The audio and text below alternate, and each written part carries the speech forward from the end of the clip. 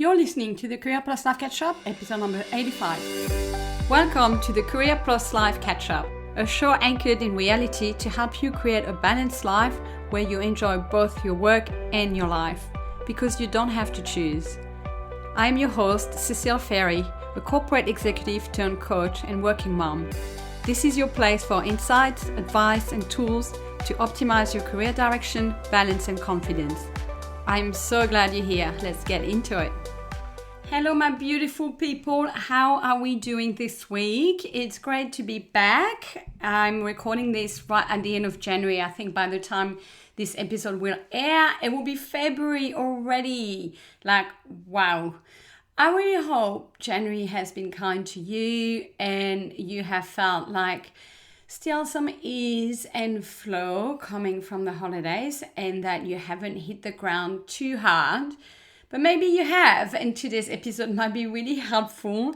I thought it would be really timely to tackle the question of work stress as we are entering the year. And I would say normally, quote unquote, like things really accelerate comes February, especially here in Australia when I'm recording this, because it's back to school, it's back to life, it's back to routine. And I know myself, and it might be the same for you. Like that means a lot more things to keep in mind, to keep going, so many more balls to juggle in the air. So there goes our stress. So I thought if I talk about it before we're right into it during the year, we can all listen up, we can all learn, and hopefully we are more prepared to handle this year more peacefully, more calmly. So that's the aim. So I'm here to talk about how to combat work stress. And I just want to preface by saying, have I mastered that? Absolutely not. I am also really prone to stress and to work stress. I used to be extremely prone to it. And that's what led to my burnout about now 8 years ago. So I do not get myself to those places anymore.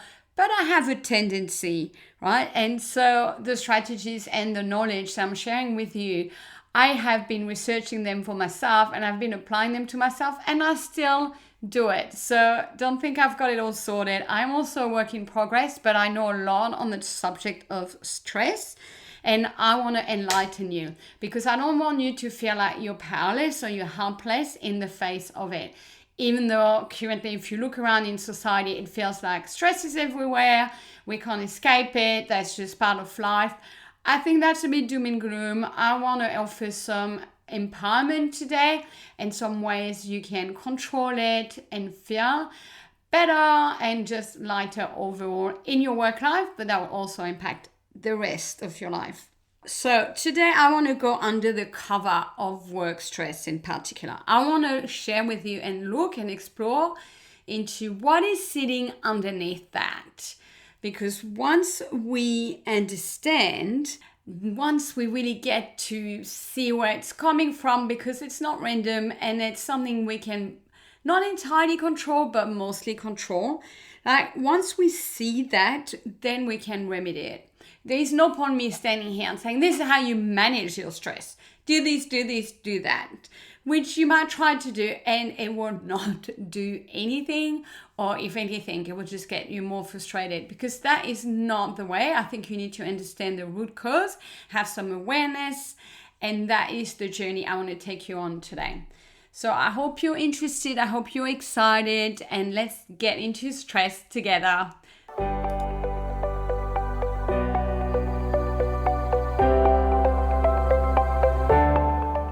Okay, so let's start with the basics, like what is stress and what isn't it? So I'm talking about stress, and I don't think I need to be saying that. It's because it's such a prevalent issue these days. Like maybe you are not stressed, and I say, hurrah to you.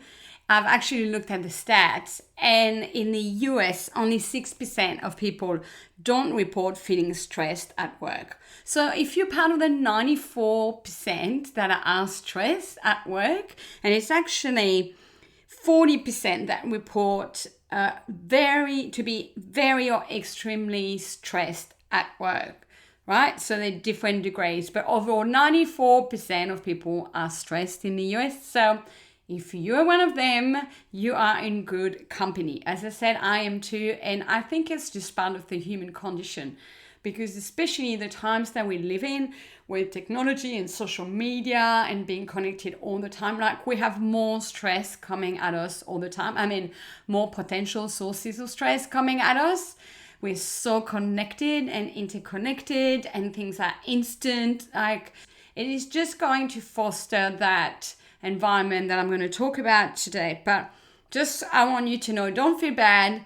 We are all human. We are all flawed in that, and we're all trying to work on it. But hopefully at the end of this episode, you'll be more educated and you have a couple of tools to manage your stress levels at work better. So what is work stress exactly? So if I ask people in the street, I'm sure like they will be saying to me, oh, stress at work, it's like my boss or people piling things on me, especially at the last minute, or I've got this long to-do list, I've got too much to do, the deadlines are coming at me too fast, or, I'm getting criticism, I've heard this remark, or I'm getting the pressure to perform well, or I'm being micromanaged, like all those things, work stress. So, is this correct? Is this work stress? Actually, I want to say to you, not exactly.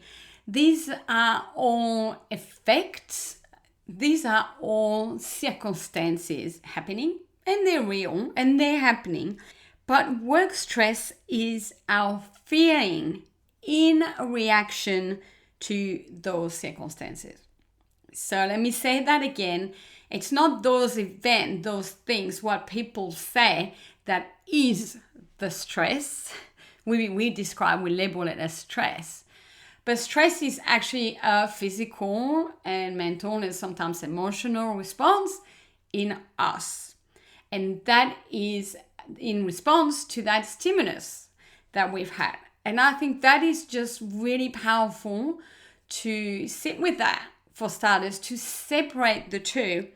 Because what I'm saying is stress, work stress, doesn't exist in and of itself.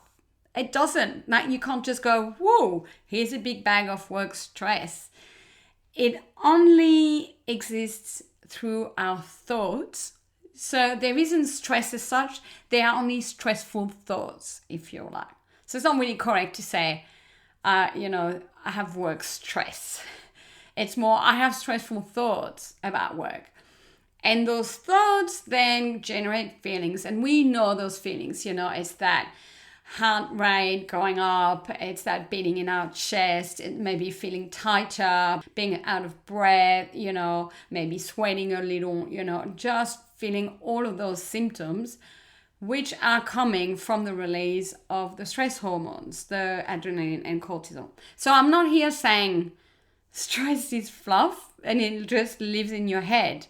No, what I'm saying here is there are circumstances, and those are actually neutral. Like if we were to measure the stress level of those circumstances, we'll get a rating of 0.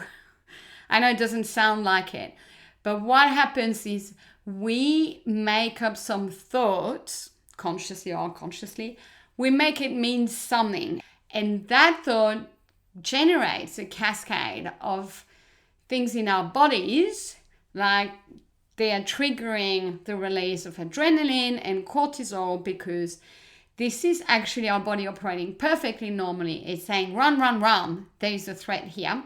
It's the fight or flight response. So this is happening and we get flooded with those hormones and we have those feelings that are very real.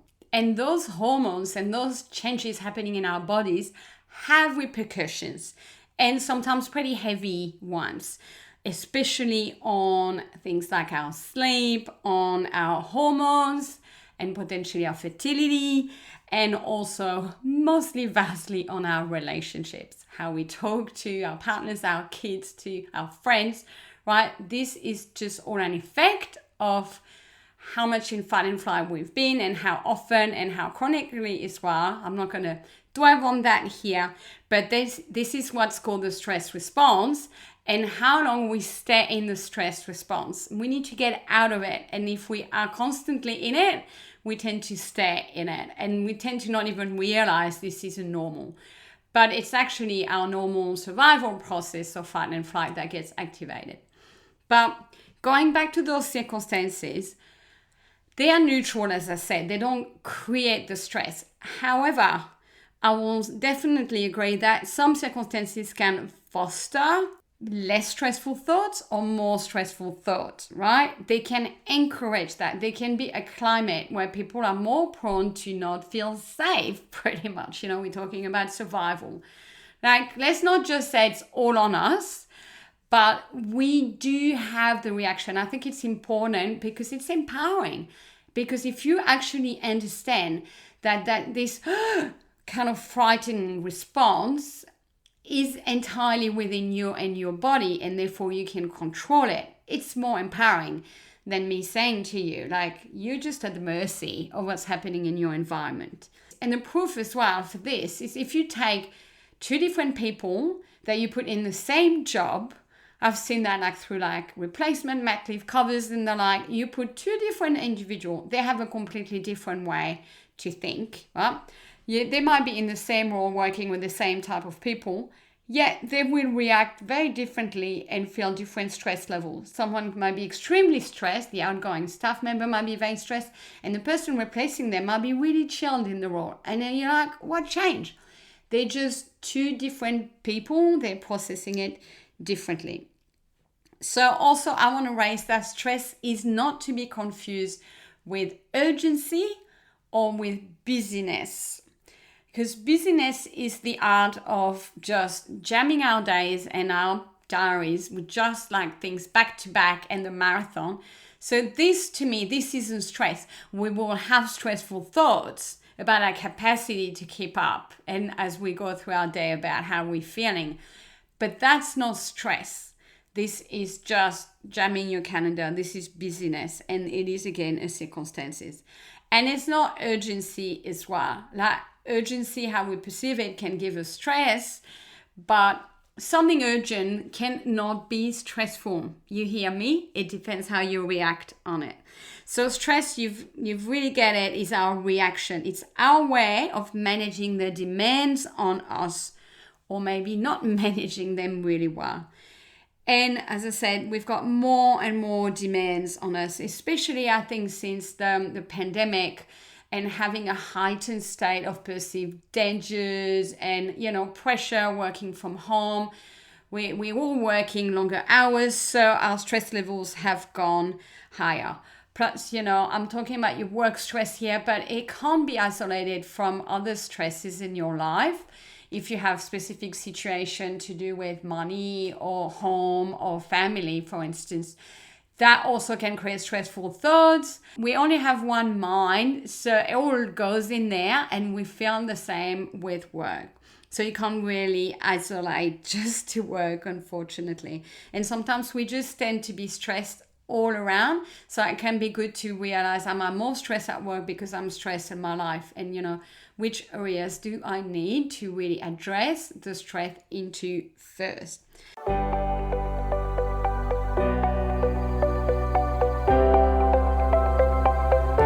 Okay, so now you're all on board that stress is a response that happens within us that then generate a whole heap of things that is just that are not ideal, right? For our health, whether it's physical, mental, or emotional. But let's start, one step ahead. Like, where are those stressful thoughts coming from? Because if we understand why we generate them in the first place, good chances we can stop them or at least decrease them.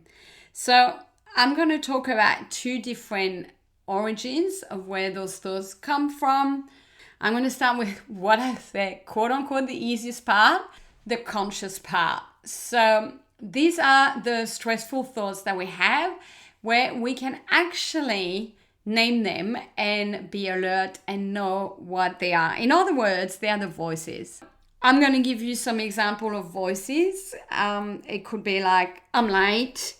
I should have done this 2 hours ago. I will never get this done on time. I'm hopeless. I should be further along. I've got too much to do. That's one of my favorite. I do that all the time. I've got too much to do. I am so busy. This is hard. I will never get there.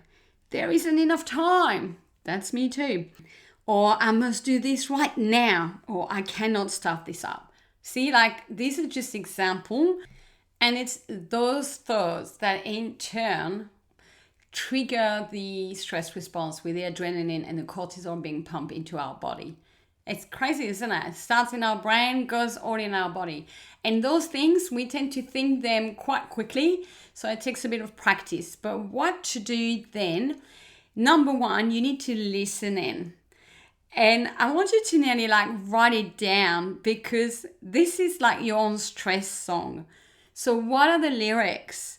And what is the main chorus? What are the verses? What is it giving you? And just go through your work days and see the different versions. So it might be just roughly the same kind of song, saying, I don't have enough time to do this, or my boss doesn't think I'm good enough, or this is not achievable, or how am I going to get the rest of my work done, or I need to look after those other things outside of work, like just what is your song? Capture it on paper, because self-awareness is so important. And you can nearly laugh at yourself. Like that's what I do with myself. So that's number one. And then I want you, number two, to catch it when it's playing in your head. And go, oh, here it is. Here's my tune again. Here is my stress song. Seeing it happening is really important. And as you do that, number three is feel it in your body. And that may not be easy because we don't feel that much. Like we just go. We push it down because we have to function. And we don't want to feel things that are uncomfortable. And we just like, the adrenaline comes out and says to our body, go, run, go. So we override the feeling really quickly because then we get flooded with adrenaline. But feel in your body the impact of that stress song. Feel the heart rate rising up. Feel the discomfort in your chest. Feel like that, difficulty breathing. Like just try to be alert, because you will really understand this is a stress response in my body. And the more you can feel in your body, the more you can manage that cycle, and it doesn't happen on autopilot. And then number four, when you hear that song and you feel in your body, then you're like, I'm stopping the song. I put it on pause, literally. I'm not entertaining those thoughts anymore. And then so we are in a heightened state. We need to do something to reverse it.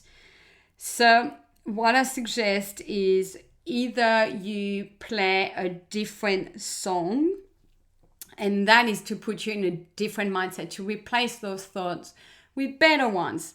And it's what you call affirmations, if you're into that, or just a new song, a new vibe, really. And you just talk to yourself. It doesn't have to be really scripted affirmation. But that being said, you might find one that works for you. For instance, it can be, I'm safe no matter what. I've got this. There is enough time. I am doing just fine. Everything will work out in the end is one that I personally like to use. Or I'm okay right now, because we tend to future trip, right? So if you're like, I'm okay right now, I don't have a problem, things are fine, right? So find what it is for you, and it works because when you tell yourself that, you have a different feeling in your body. It calms you down. You're like, all right, cool, gone. Like literally, you just need to reverse that cycle in your body and feel your body just calm down. And even like it might be you listen to a song literally that has those words, that is empowering, that just helps you feel better in the moment, okay? And then you feel the feeling settle in your body. And that if that doesn't happen, it means you haven't got the right thought, right? And in the second section I'm going to talk about, I will add some practices you can do on top of it that work. But you got to do the reprogramming of your thoughts, because that is within your control. And it's not that hard once you start practicing it, but it takes consistency. If you do it once, that's not enough. But if you catch yourself, you're like, no, I'm fine here. you know what? Your brain will get the message. And that will lead me into the next section.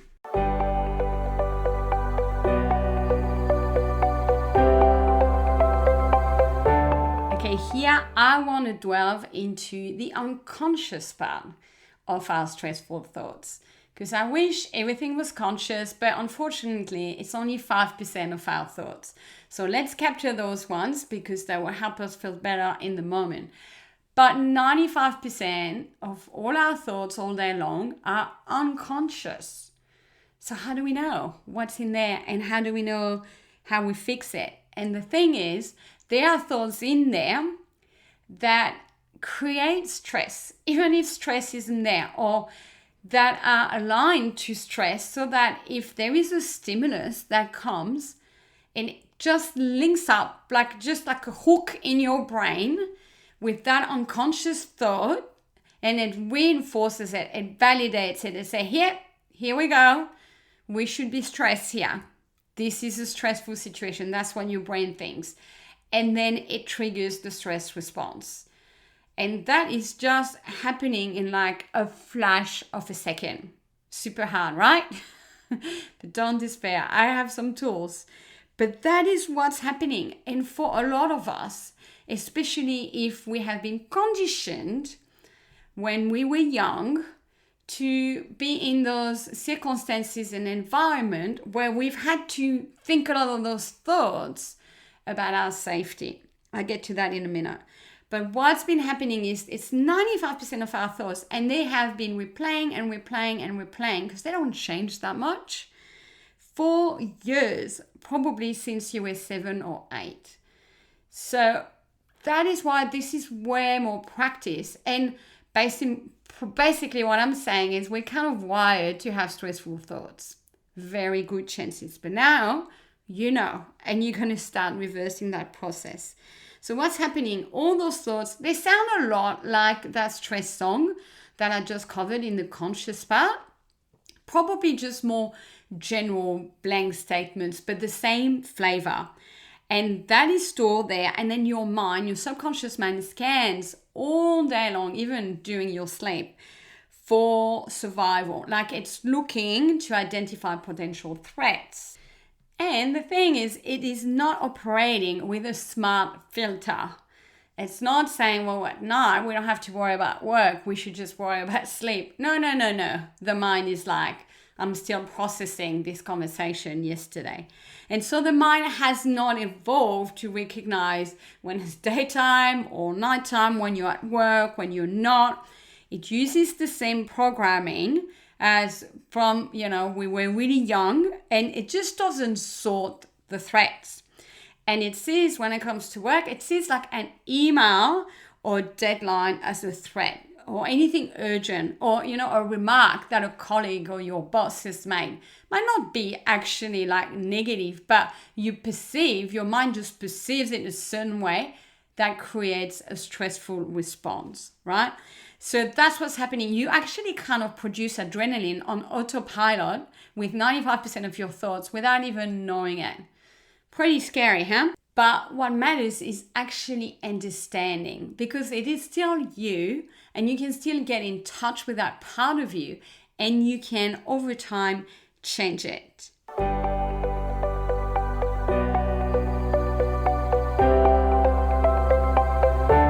So what's happening with those subconscious thoughts is that your brain, when especially you were younger, has gotten the message that you needed to pay attention. So there was some threats to your survival, but they're probably not real threat. But when you're 7 or 8 years old, you don't really know. You see somebody yelling at you or asking you to do something with a weird tone of voice, you're like, okay, this is bad for me. This is bad news for me. So you interpret it as, I am not safe. At the end of the day, at the absolute core, work stress is fear. It's the fear of not being liked for who we are. It's the fear of not being enough. It very much has to do with how we are perceived and our quest for love and approval. And that stems back from way back when we were really young. And we develop the vigilance, the reaction. So we have some deep entrenched limiting belief about ourselves and our ability to be loved and our own safety that we have acquired with our various experiences as a child. But those beliefs is what, when there's a stimulus today at work, create that sort of reaction and make us feel stressed today. So you see, like we have those hooks in our childhood. And examples of those core beliefs that sit in the subconscious are, I must do it all, or something bad will happen. I must please this person, or they will get mad. And if they get mad, I might potentially die. It's unsafe for me. I am not worthy is a big one. Unless I do all those things, or I'm just not worthy, because that's the belief you integrated. Or my output determines my worth. When you would judge only on what you were doing, for instance. So those beliefs really impact your work today. And where does that come from? Well, it came from the people around you when you grew up. So typically as a child, you may have had authoritative parents or teachers, critical parents or teachers, or highly critical, perfectionist parents or teachers that really push you, or socially ambitious or seeking recognition. These are the main kind of circumstances that create those beliefs as a child. Having parents with outbursts, whether they are anger outbursts or just, a lack of emotional control, which could just create that sense of lack of safety. So you had to be hyper vigilant as a child. So those people, even if they didn't realize they were doing that, like as a child, you absorb those things and you created those beliefs in order to keep yourself safe. So the stress that we create as a child and that's still there is actually a way to protect ourselves. And back then it used to help us because we had to cope with parents or teachers that were that way. But this doesn't help us today when we're getting a request from a boss and we're getting, that stress response in us. And it is because those old beliefs are still being triggered.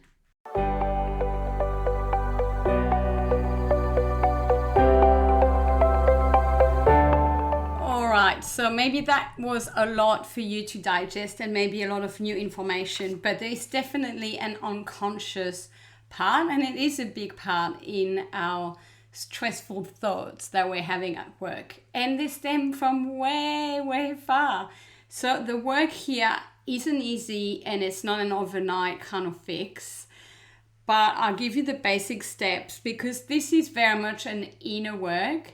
And then secondly is to look at what was the trigger, because you can sometimes just see you've had a stressful response and just kind of rewind back a little bit. What may have happened? What may have been going on here? It's kind of doing a bit of detective work to find out what's going on in my subconscious that made me react. So once you kind of know your triggers, especially in terms of the people, maybe the places or the events that happen, that gives you a stressful thought, because there will be patterns, there will be things repeating. It could be like a new email in your inbox, right? Because then you can limit your exposure to those people or to those places or events. Typically, remove your email notifications if an email just gives you a jolt of one more thing to do. That is my case. That's why I don't live in my inbox. I go and visit my inbox every couple of hours and then I kind of batch it, because otherwise, if I'm just prone to seeing every single email coming through, it's like one trigger, two triggers, three triggers throughout the day. They just drip feed. And I'm maintaining that constant state of, little bits of stress throughout the day and just equals a whole stressful kind of day, right? So for me, a new email from work is a trigger. So I know to not be on my emails all the time. Okay, and then number 3 is really what's called inner work, and it might be best done as well with the support of a professional therapist if you feel you need it. And it's to really repair yourself. So it's understanding and associating the memories of your past that made you be more, develop those stressful responses back then in order to reach safety and to feel loved, and replaying and seeing how they're replaying today and linking the two memories, and then telling yourself that you are fine today. So it's about reparenting, as in, reminding yourself that you are safe, and you need to feel safe as well. So that is that work, but it's incorporating, if you like, a lot of different practices than just telling yourself, I'm safe. It usually is through cognitive therapy, works quite well for that. But you can just maybe pick up a book on that topic and that'll be enough for you. And then 4th, I wanted to talk to you about some practices that I've called grounding practices. And those work really well whether you've got those conscious stressful thoughts or unconscious one, because these are going to regulate your nervous system and put it in a state where it's less in fight or flight response. And from that place, you're less likely to be triggered, and definitely not as often. The first one is deep belly breathing. I know some people don't like it, but it works because we don't breathe enough and we don't breathe with our tummy. So you can inhale pretty quickly, but have a very long and slow exhale. This activates the reverse of the fight-flight response. Number 2, go out in nature and feel the nature, feel the fresh air, walk by the sea, because nature has this very regulated nervous system, if you like. It will balance out your nervous system. Even if it rains, just go outside. Also through nutrition, so when you eat well, because if your gut is not inflamed and is feeling good, your brain won't be inflamed, your nervous system will not be inflamed. So those two things actually talk to each other, and the research is coming more and more out on that topic. But if you pay attention and look after what you put into your body, your nervous system will be more at peace. Sleeping better as well and sleeping well is very important to look after your nervous system, as is moving. Any kind of moving and shaking, this really sort of gets rid of the stress. I wish we could just shake it off and we'll be done in 5 minutes, but moving and shaking really does help, whether it's some kind of stretching or just walking or dancing. You need to help the stress move through your body. Or you can listen to music and anything that helps you feeling calmer. There are in particular now a lot more tracks, because there's been a lot of research done in that space to help calm the nervous system, including using music with binaural beats. So you can Google it, you can look on it, you can look on YouTube for binaural beats and just listen to that. There are a lot of different frequencies for calm, for peace. There are also some tracks that have been specially designed. There's one called Weightless that you can look up on your favorite music app. So those are all things that will help. And I just tend to think these are good maintenance practices to have in order to keep the stress at bay. And when I say stress, the stressful thoughts. I practice these all the time, right? Because it's like an investment. It's like the groundwork. And then I'm less prone to stress. And then if something, I get triggered, because I do, then I up on those things to counter it. And I'm constantly looking for different ways for it to work. Like last week, I couldn't get out of a stress response that I had about a particular issue. And even I understood it intellectually and all of that, but it was just caught up in my body and I just didn't feel right and it wouldn't leave me. And I tried different things. I tried music, it didn't work. And what worked for me in the end, I went swimming with my daughter and I went in the sauna. And 10 minutes in the sauna made everything melt away for me. So it's one more thing in my toolkit, right? So just try for yourself. It could be like playing with your child. It could be drawing mandalas, whatever it is, something will work for you. So there are ways to really recalibrate and change things up and keep a really good sort of stress hygiene, I will say.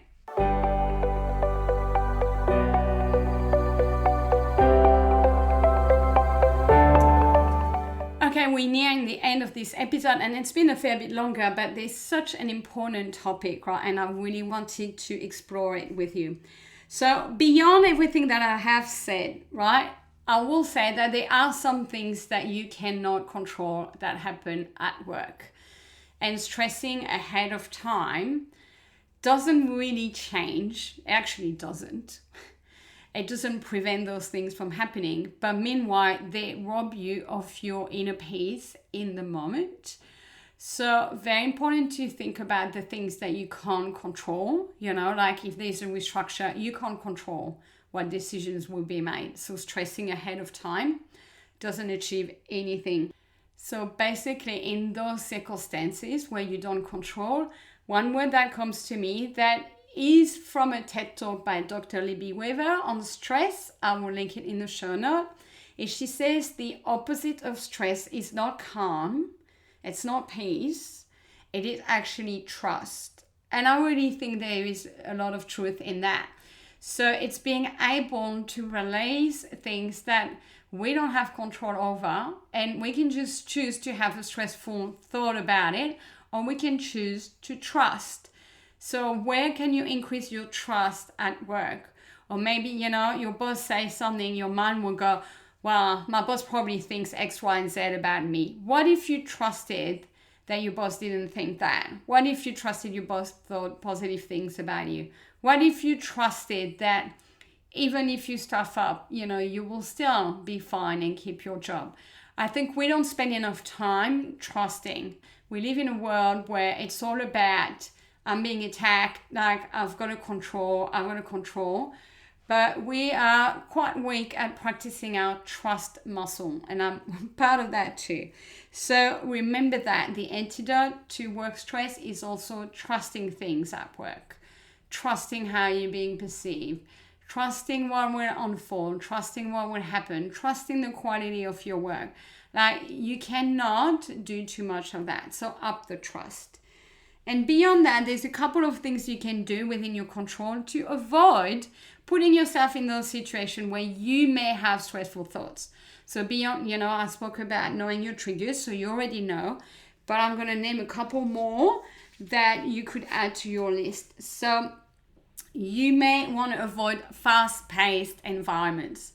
And there are some, and when I say fast-paced, there's fast-paced and fast-paced, but those places that require things for the day prior or that operate like on a weekly cycle, you know, like all the big retailers or those sort of companies or people that are companies that operate on a daily cycle are going to create that environment where things are going to shift really, really fast. And there's some, they may operate on a annual cycle or a monthly cycle, but they've got this culture where everything is urgent and everything is just fast-paced. And that just comes from the nervous system of the leaders very often. So avoid those places. And you can pick up on it even just when you're interviewing, because they want you to interview like yesterday and today. And you've got 2 days to sign the contract. Like those places don't lie. You see it really upfront. The fast pace starts from recruitment onwards, right? For the whole life cycle of the employee journey. Secondly, avoid crappy bosses or big delegators. It might be a challenge, right, sometimes. But again, like get some information before you move into a different team. And the type of managers that just pile on the work to you and do not care, do not have also any work-life balance. That's what I mean by crappy bosses, or do not respect your own work-life balance or the fact that you have a family and things to do. Avoid. Also, try to avoid startups or disorganized places. So startups, you're more likely, things are going to be up in the air, they're going to move very, very fast. You're more likely to be challenged unless you're one of those people that have not had any stress when you were a child. Okay. Likewise, there's some industries that are more volatile because they're constantly being restructured. There's constant movement through regulation, government practices. I'm thinking about financial services and banking, right? Some other industries like education will be a lot more stable. So think where you are going. Also the type of business model or work model that you are in. If you are into doing a lot of contracting or maybe freelancing, you're opening yourself to that stress cycle maybe more often than not because your assignments and tasks are of shorter duration. And likewise, even some people will find the corporate world very challenging from that regard because you work with a lot of people, you get orders, you get demands. It might be easier for you to work for yourself. That doesn't mean you won't have stressful thoughts. You will have other stressful thoughts, like how do I get some income, right? It's not stress-free working for yourself, but it depends what your triggers are and you need to know yourself. And finally, avoid as much as you can people who are stressed and they are kind of like vent out their stress and share their stress in the public place. They talk about their feelings and emotion. And that can actually be quite contagious, especially if you're someone that's quite empathic, that's quite open and, and has a lot of interpersonal skills. We can tend to kind of take on people's energy that way. So you will find them at work, those that are always, oh my God, voicing all that stress song out to you around the coffee machine. You just know you don't want to be spending time around those people. You want to find the people that have the most neutral and stable nervous system, right? And that goes in life as well. So there you go. Lots of tips and lots of education for you on how to combat work stress. I hope you really found that enlightening and now you understand there's a conscious component and how you can rephrase that and change your stress song. But there's also an unconscious part, and you can see if stress especially has been present a lot in your life and in your work life, chances are this is stemming from your early years and the conditioning that you got, and that can be changed through a lot of awareness and adopting really different thoughts about yourself and different grounding practices. So we went quite deep, but this is the real deal with stress. I could have told you to just breathe. I could have told you to plan your week so you know what's happening. That is just like the tip of the iceberg. It does nothing if you don't understand yourself. And as I said, it's empowering and it's also very self-loving when you get to understand that you've adopted certain practices, that you have those things in you. I personally don't feel that it's actually downgrading what I think of myself whatsoever. It actually makes me feel better about myself because I've learned one more thing and I have more compassion and more kindness toward myself. And then I change and I just stop this from just running my life without me even knowing it. So that is how powerful we are. So I really want to leave you on that note today and just know, like, you are such a capable human being. Your brain is capable of so many things and you have the control for so much of it as well. And I really hope you're going to be applying some of the techniques and tools I've shared with you today. And you will see your quality of life will improve. The level of noise in your head and that work stress level will decrease. So that is my wish for you. And I'm going to love you and leave you on this note. Wishing you a beautiful week ahead and month of February. And just, remember, the stress doesn't exist out there. It's how you react to it. So may it be a very peaceful month for all of you. Take care, everyone. I'll speak with you soon. Bye. Thank you for listening. If you enjoyed this episode and would like to find out more information, you can visit my website at careercatchup.com. There you will find blog articles, free resources, a self-study course for your career direction, and ways to work with me. It's at careercatchup.com. I hope to continue to connect with you and support you. Talk to you soon.